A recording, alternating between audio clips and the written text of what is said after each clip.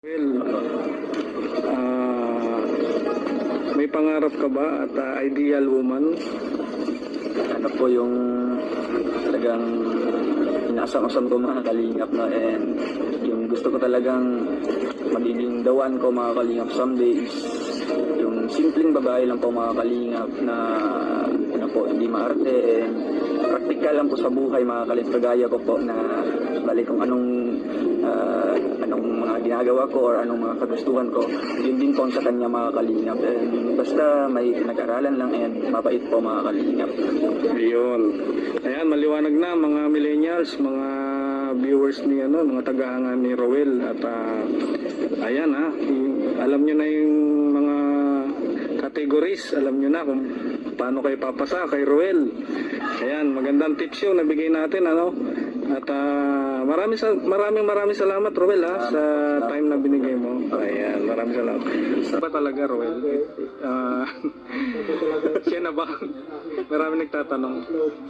Ano po, sa ngayon hindi pa naman tayo makapag-decide yan kung siya na talaga. Pero gagawin naman natin yung lahat na yung best natin. At talagang, ano po, ayan, mabasa atin siya. Pero sa ngayon talagang meron tayong dapat isaalang-alang, dapat i-prioritize, dapat unahin din niya yung aral. Pero kung willing naman siya, maghihintay naman ako.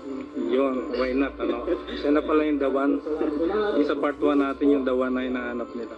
Baka dito mga matagpuan, Ngayon po yung part 2 na. yun. Tagal na ilang. Mukhang isang taon na din. Ang dami nagre-request. Sabi niya, Kuya Red, tanungin mo nga si Roel kung yun yung sinasabi niyang dawan. Yun daw. Pero nung na-interview ako ni Kuya Red, talagang hindi pa naman kami nagkikita ni Rachel. Hindi mo ko siya nakilala. Pero sa ngayon, kung accidentally, yung nag-meet kami, yung sa dati. And talagang masasabi kong siya na. Siya na. Siya na. Siya na.